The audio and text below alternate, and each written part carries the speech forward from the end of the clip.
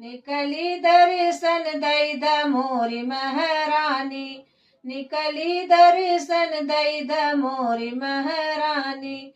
अपनात मैया ऊंचे ऊंचे बैठी, अपनात मैया ऊंचे ऊंचे बैठी, तनी से हमें छान दैद मोरी महारानी। निकली दर्शन दैद मोरी महारानी। अपनात मैया लाल पियर पहिरे, अपनात मैया लाल पियर पहिरे, तनी से हमें चीर दैद मोरी महारानी। निकली दर्शन दैद मोरी महारानी।